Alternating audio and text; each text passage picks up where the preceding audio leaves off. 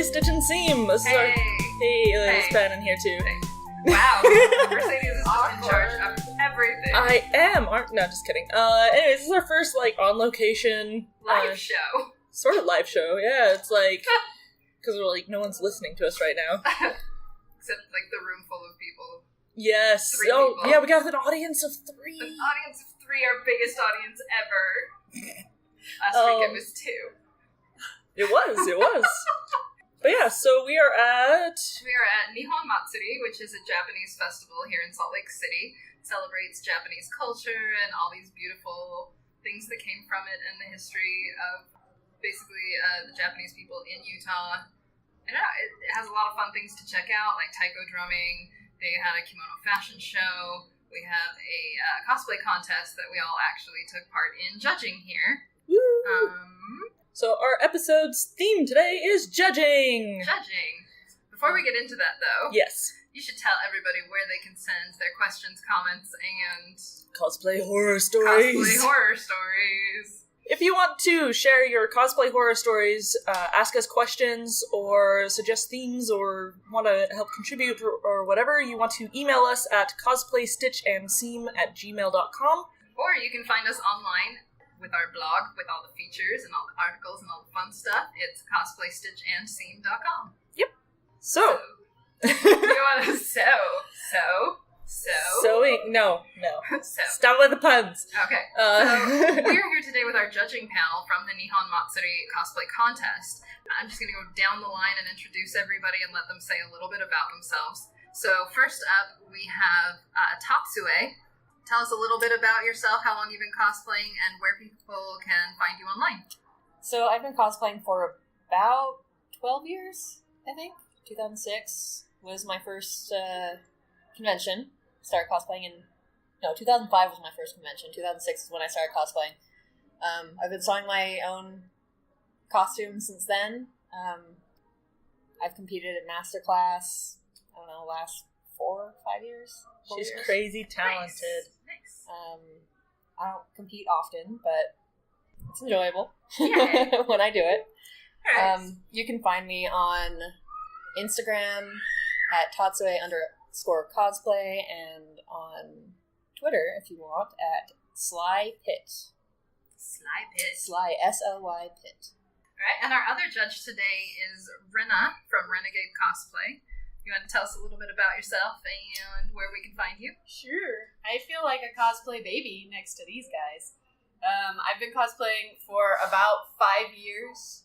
I was never really a beginner. I Jerry hopped into intermediate in my first contest. Love to travel around. Love to travel around the country going to cons. I'm on Facebook as Rennagade Cosplay, Renna spelled like my name, which is R-E-N-N-A. And then on Instagram, just as Renna Cosplay. Awesome. So, yeah, Vfire brought it up before that our topic today is judging. And we definitely want to do a more in-depth dive into this topic because there's so many facets to it and so many things that go in. But we thought we would talk a little bit about basically the judging process, what it's like, and share some of our experiences judging. Does that sound fun to you guys? Yeah. I have so many. Cool. Stories. Well, I know we wanted to kind of jump things off by talking about our first time judging. And for one of us, this is our first time judging, so I would love to get some input from Renna on... is it 2? Yes. It's 2 of us! It's 2! Have you ever judged before? Both of our judges. What? It's their I first never would time. have thought that. A bunch of noobs. No, Yeah, just kidding. we're a bunch of noobs over here. Wow. Misinvited to Denver over here. Alright, so I guess both of you, this is a question to both, how have you liked the judging process, and as far as you got to experience seeing all the performances on stage instead of being in them for once, and I just want to have each of you tell me a little bit about what that was like for you and whether you enjoyed it more or less than being in the competition. I'm going to say I enjoyed it more, mainly because there's a lot less stress involved. Yes. Okay. Yes. That's one of the things about competitions that has kind of kept me from doing it every time I go to a convention, is that there's just a lot of stress involved that I don't necessarily like having all those eyes on me. It's nice kind of being on the other end where you get to sit down and judge other people. But it's interesting being able to see a costume up close and then see kind of how it looks from afar and how it all comes together in the end. Okay. Renna? I think I probably enjoyed it more, especially in the performance aspect, because no matter how charitable a person you are, you can't help but see the other people in the contest as competition when you're in the contest. And it was nice to not see that this time, to just see the performances 100% for what they were. And instead of being like, oh man, their performance was amazing, they're totally going to beat me, it was just, oh man, their performance is so amazing. Nice. So you feel like you had a better appreciation for all the things that went into it. Yeah, because I was able to take a step back from it and not take it personally at all. So it was very cool. Good point. Okay. Cool. Mercedes, did you want to chime in with any questions? I totally thought about this before we started. I know. I totally did. I have not had my caffeine today, so I'm a little kind of... Mercedes is so mellow. I'm very mellow right now. Alright, so this is both your guys' first time, so I can't be like, what has been... Dang it! You could ask that question depending on what That's is. true. That is true. That is a good start to a question. Yes, as I am thinking, I can cut out my dumb brain and make myself sound smarter. Well, the computer's not that good. Oh my... Oh! No, I gotta leave it in. Wow. Roast it. What has been the hardest part of judging today? There were so many masterclass people, and it's not a huge community in Utah, so we know most of them personally. Yeah. And so kind of being able to set that aside and just strictly look at the costume and how it's constructed rather than like what you know of the person and like what they went through to build the costume. That's fair. And just see it. I will say, like, the level and how many masters you're getting in your competition speaks really highly, I think, for how well the competition is run and how much people appreciate the work that's gone into making the contest. Because I found that, like, a lot of the contests that are really, really well run, they tend to have a really large master grouping. Yeah. And I think it's because so many people want to come back and take part. A lot of people, once they hit master, kind of start getting a little more choosy about where they're going because they want it to be competitive.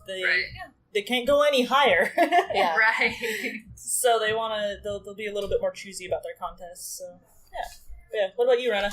I think one thing that was hard is that although you don't see them as competition when you're judging, I felt it was almost more stressful because I felt invested in every single one. I was able to put myself in their shoes, especially when choosing awards. And being like, I know this person worked so hard, and I know what that feels like, and I know what it is to love the character. And so having that on my brain while trying to give awards was very stressful. Very fair. My question for you guys is, since this is your first time, how important would you say the wealth of experience that you have from competing in the past was to what you brought to the table today? Oh, it's extremely important. Oh, yeah. It's so important because, if you've competed often, you can tell when you've had a judge who hasn't, because you know what it takes for a judge to make you feel good, what it takes for a judge to make you feel bad, what an ambivalent judge looks like, and so you know what to do and what not to do because you've been on the other side of the table. Fair. I definitely agree. Stacey? Yeah, I think as somebody who's been in competitions before, you kind of know what they're going through and, like, you know, the things that are kind of slipping their mind. And so you're more able to look at their costume and peek at the places that they might have forgotten about. Okay. Like seams or, the little techniques here and like there. An earring. An earring, yeah. So because if you haven't been in that position where your mind has just gone completely blank on your craftsmanship, then you're not going to see these things. You're not going to think about them. So. Has there been, like, a positive judging experience either of you have had in the past that you kind of went, I want to be that kind of judge today? Oh, yeah. Yeah, I think both of us share about that. Yeah, I think both of us kind of had moments today when, there was a technique used where we were like, oh, like I never thought about doing that, or like that was genius. And I think just the ability to be in an environment where you can talk to these cosplayers exactly what they did, and learn from them. I think it's great when, as a competitor, especially when you realize that your judges are learning from you. Well, and I've been judged by this one cosplayer named Pannon before. Oh my god! And one thing I've noticed she does is she always gets up close and personal. Yay. And it makes you feel like your work truly is being appreciated. Yay. Because you really get to see it. And another thing is, I think you should always leave judging feeling like a winner. There have been contests where I've walked out of judging and I've just gone, you know what? Even if I don't win a prize, I feel good about myself. That's what I wanted to be. I wanted everyone to leave feeling proud of what they've done. So I always tried to find something, and it was not hard here. Everyone was amazing. Something to praise them about, even before they left. Yeah. I mean, I found that, like, in some of the competitions I've been in, that you want to be really careful with what you say in judging, because you don't want to be, like, overly praising. Yeah, because you don't want to imply that they're going to get a prize. But I think it's really important to acknowledge the things that somebody has done well without, like, coming off crazy. Like, saying, like, oh, you finished all your seams, or, oh, you did this technique, that's really cool, so they know, like, or I've never seen that before, that's clever. Yeah, so that they know. It's kind of like feedback without requesting super lot of feedback that tells them, I'm doing something right. The judges really like this thing. I didn't waste all these hours making this anime character costume. Well, personally, in competitions I've been in, when the judges are just sitting behind a table, I feel like it's so impersonal, so I love being able to get up close. There's so many details you miss by having that distance. So, like, even when I get to competitions where I see a bunch of judges behind the table, I will just go right up to that table, lean in, and, like, stick my seams in their face. Like, look at this, I worked hard on it. I put full on, like, my whole leg on a table once. Yes. No, not once, more than More once. than I do it all the time. You gotta show off your shoes. I was like, look at my shoes. Times in ones I have seen you in. Well, there are costumes that look good from far away and are sloppy close up, and there are costumes that look really simple from far away, and you get close up and you realize they are immaculate. Very true, very true. Mercedes, I feel like we're leaving you out. Leave me out. I don't need to be. No, I'm just kidding. What do you want to talk to this wealth of knowledge about? Wealth of knowledge. I had a question, and you just made me forget. It's all your fault. Every time. No, I'm just kidding. It's all Pannon's fault. No, I'm just kidding. So yeah, you asked about positive experience, which you took my question. So you guys are beginner judges. You just did your first. We're not yet master class judges. No, I'm just kidding. So you guys just did your first judging round. What are some things that you would want to give to or tell other people who are about to, like, go into their first time judging? What is advice you would want to give them? Like, we have a very, like, young kind of cosplay community here, and there's a lot of people who are slowly getting into the judging. So advice to people who are going to be So let's say like today, before you went into judging, what advice would you have given yourself? This is I gave myself advice, so I got this. Be fed and watered. It's not fair to the contestants if you're in a bad mood. That's a very good point. So that's not fair. Be fed and watered. Be comfortable. There's really no reason to wear a ridiculously elaborate costume to sit in a table behind a room. I actually forewent my whole costume, like, plans today because it's ridiculously hot. It is. This is an outdoor festival, so... Yeah, I didn't wear a wig. I didn't wear my colored contacts because I can't see as well in them. So even though my character's supposed to have green eyes, I was like, oh well, I'm gonna have gray eyes. Because my eyes are gray. Yes, they're sometimes blue, sometimes green. I didn't know that. You owe it to these contestants to be at your best because they're trying to be at their best. Okay. Tatsue? I would agree with that entirely. Like, it's not fair to kind of take your frustrations out on the contestants at all. And so I think, just being being as comfortable as you can. That's fair. And in order to make them comfortable, even. My only point of dissension or whatever with this would be, like, depending on the, like, level of contest and, like, how big your audience is, I would say it varies, like, how dressed up they expect their judges to be. Because I've been in contests where I haven't taken the time to dress up, and then I've had contestants afterwards say, well, like, what did they didn't know what they were talking about. Yes. They were in plain clothes, and, like, they, you know, I mean, most of the cosplay community here has seen us in costume, so I don't feel like it's as big of a thing. They know. That's true. You gotta impress. Dress to impress. But you can choose a comfortable cosplay to wear for judging. And you don't want to be wearing, like, armored gauntlets if you're going to be up close and touching their costume. Fair.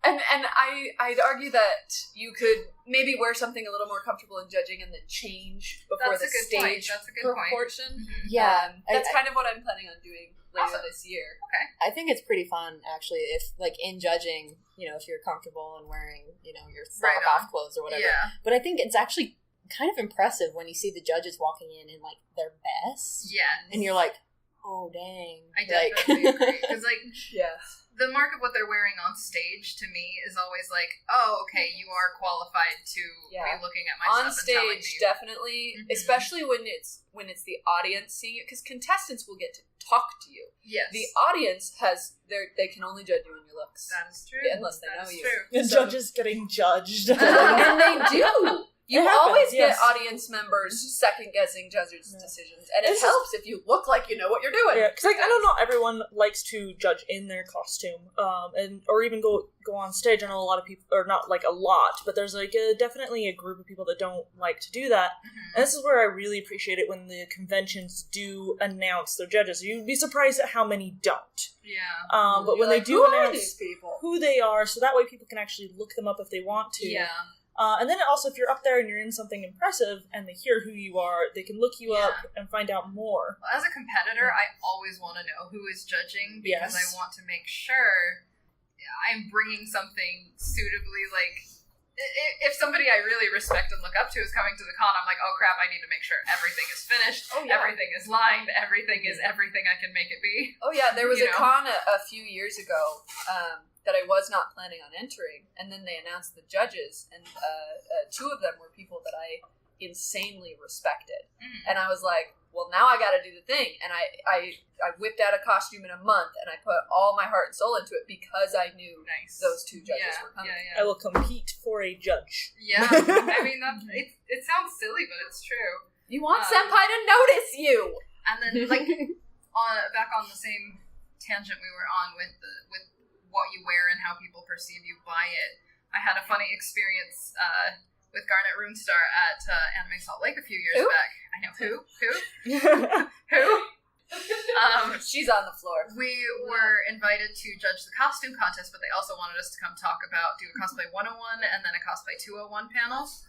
And for the 101, it was early in the day. It was like 10 a.m. and neither of us wanted to get into costume, so we were wearing like, you know, casual clothing or like really like closet cosplay kind of stuff, like store-bought kind of pieces that were a costume. And then for the other one, it was later in the day, and we put on our Code Geass stuff from when we competed with World Cosplay Summit.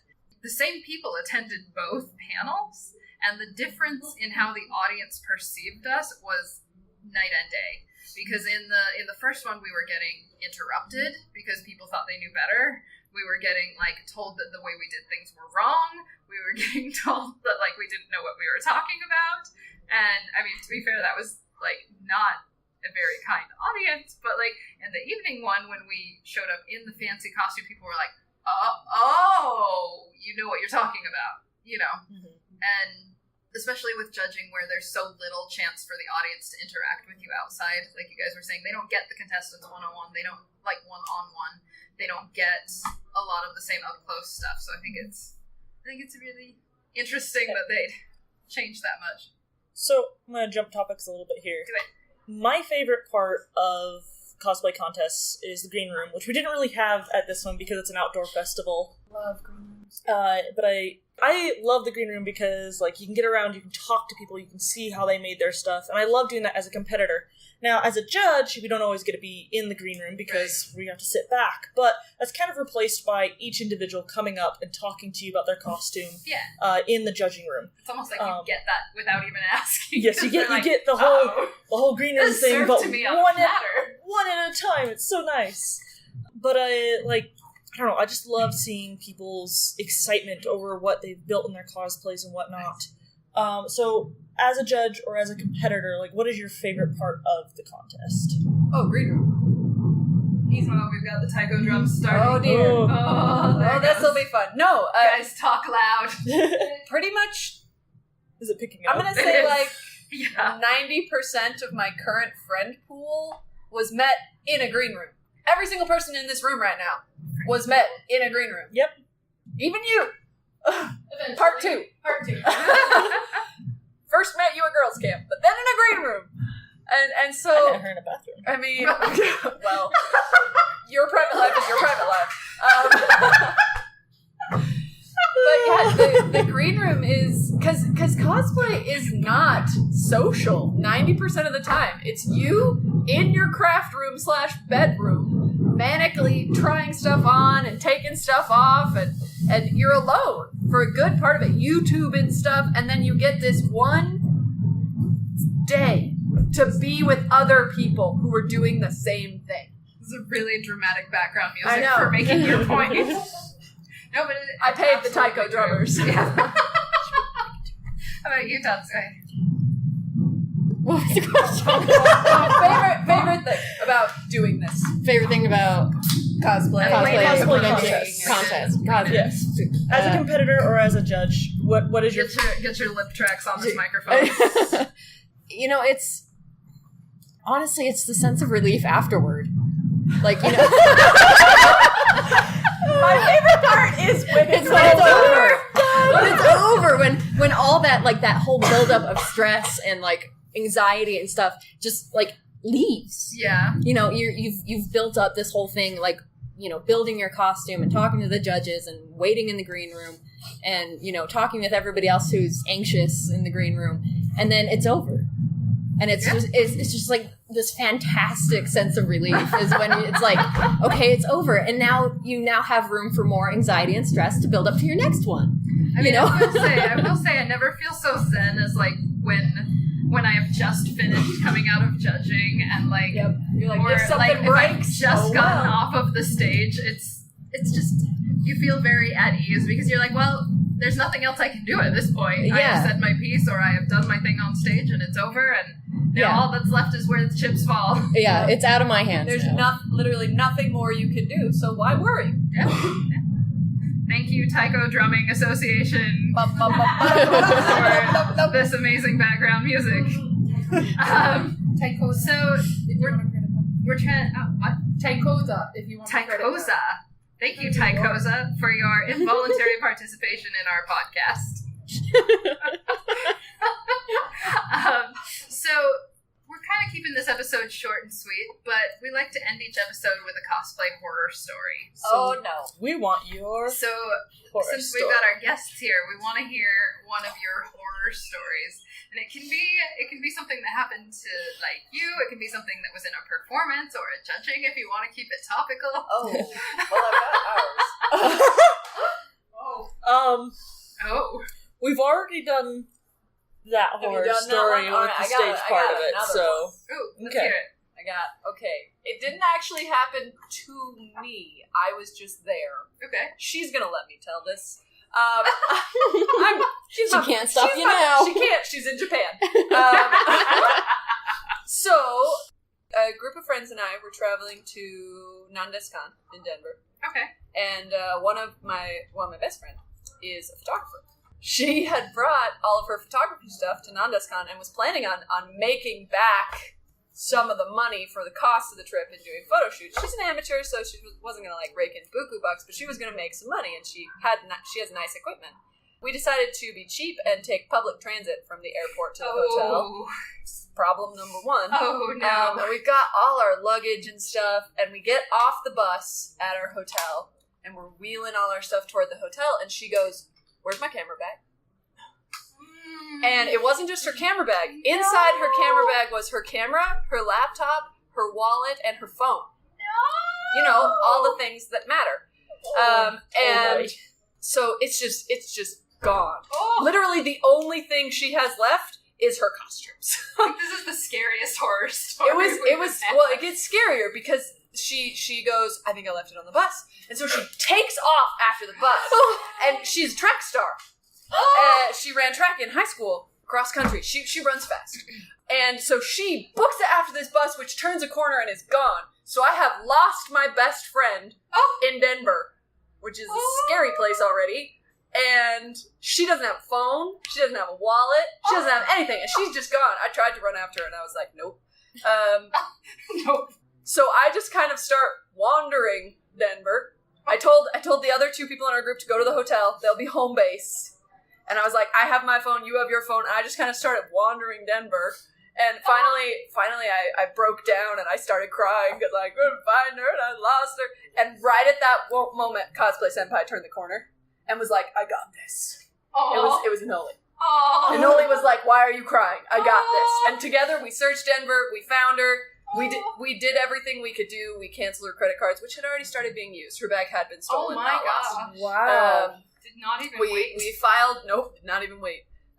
We filed a police report. We did everything we could do. We tried our best to enjoy the convention. Oh, that hurts me. But it got worse because she finally got herself together. It was a rough weekend, but she got herself together. She was like, "I'm going to have fun." And then we had the costume contest, and we were all entering in solos, everyone in our group, and everyone won except her.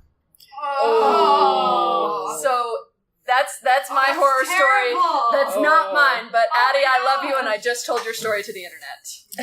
Ouch. And she never got any of it back. Oh, no. Not a happy ending.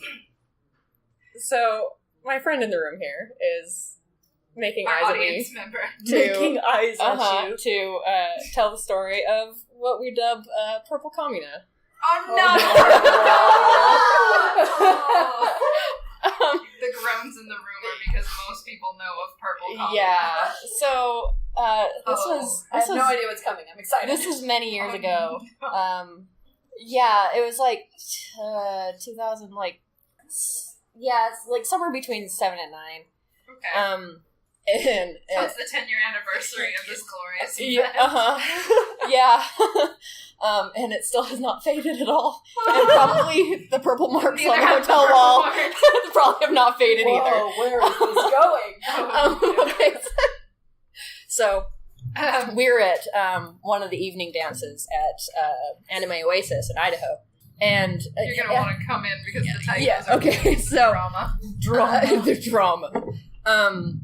So I don't think it was one of the raves, but it was one of the dances anyway. It was one of the raves, okay. We were being dumb, young, dancing like idiots. It was great. Until this guy, comes into our group. He was dressed as Kamina from Gurren Lagann. Yeah. And you notice immediely that his tattoos were purple instead of blue. And we're like, "Oh, okay. His wig was purple, and his tattoos were purple, and everything was purple. It was a choice he had made, and he made that clear. Unfortunately, he did not seal the paint on his body whatsoever. Oh no! And when you're dancing, things start to slip off. They sure do. In terms of body paint. Oh no! He was very energetic when it came to dancing with other people. Oh no! He was getting a bit close to a couple of us. When you say energetic, I mean lots of hips in there.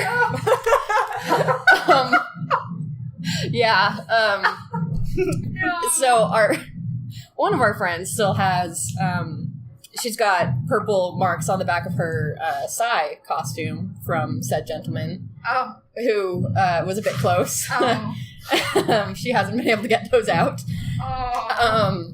And he did. Steal your body paint. Yeah. Steal your body paint. He grabbed me at one point. Luckily, I think I was wearing Hibari Yeah, I can't remember what I was wearing, but it was something dark at least, and so I didn't have any marks or anything. But he grabbed me by that collar and he made me dance with him. Oh my! It was horrifying. Well, yeah, I mean it's a horror story just with that. Like, that is inappropriate. Okay, so but the kicker comes because we made a comment about there just being purple everywhere. Like we're gonna wake up in the morning and there's just gonna be purple everywhere. Unfortunately, that was a reality. Oh, we went back into the main events room where that dance was, and like he apparently was like pulling a Shatner or something, just like rolling along the walls. Because there's just purple body marks along the wall. Oh no! So yeah, clear body paint and maybe not. Don't grind on people. Body paint for dance. Oh no! Yeah, marked everywhere. Oh no! Yeah. Good stories make me so sad. So that's purple coming up. I had a battle damage. Oh, was it magic mark? It was magic marker, and he was covered in blood. Oh! Luckily, I stopped him. I saw him coming, and I was like, "Ho!" So the blood is only on my glove. Oh! But Oh! Guys, Be aware of your. be aware of what you wear. Be aware of what you wear. Yes. and what you might I want make that on other the people shirt, wear. like, be aware of what you wear. you're Please. gonna look like the modesty police, especially in Utah. Oh my gosh. Alright. Just stick your body as a temple. Oh my goodness. Old and decrepit. Probably haunted. Alright. So If you guys would like to contribute to our cosplay horror stories, remember you can write those in and send them to us at cosplaystitchandseam@gmail.com. or you can contact us at on the blog website at cosplaystitchandseam.com. There's a form there you can fill out. There's lots of fun links and things you can check out. And let's get one more online tag from our guests so they know where our listeners can find you Where at, do we Tatsue. find you guys? I'm on Instagram at Tatsue_cosplay and on Twitter at SlyPit, SLYPITT. And I'm on Facebook as Rennagade Cosplay, Renna spelled like my name, RENNA, and Instagram as just Renna Cosplay. Nice. So remember, till next time, a stitch in the ditch is worth two in the seam. Later!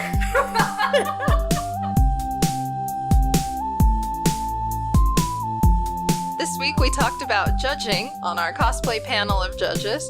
If you want to tell us about maybe your first judging experience, Whether you were a judge. whether you were the one judged or you were the one judging, and tell us a little bit about what you learned from it, because clearly we had a wealth of experience and different levels of experience here today, so we want to hear about yours. Check out the link below, and we will see you next time.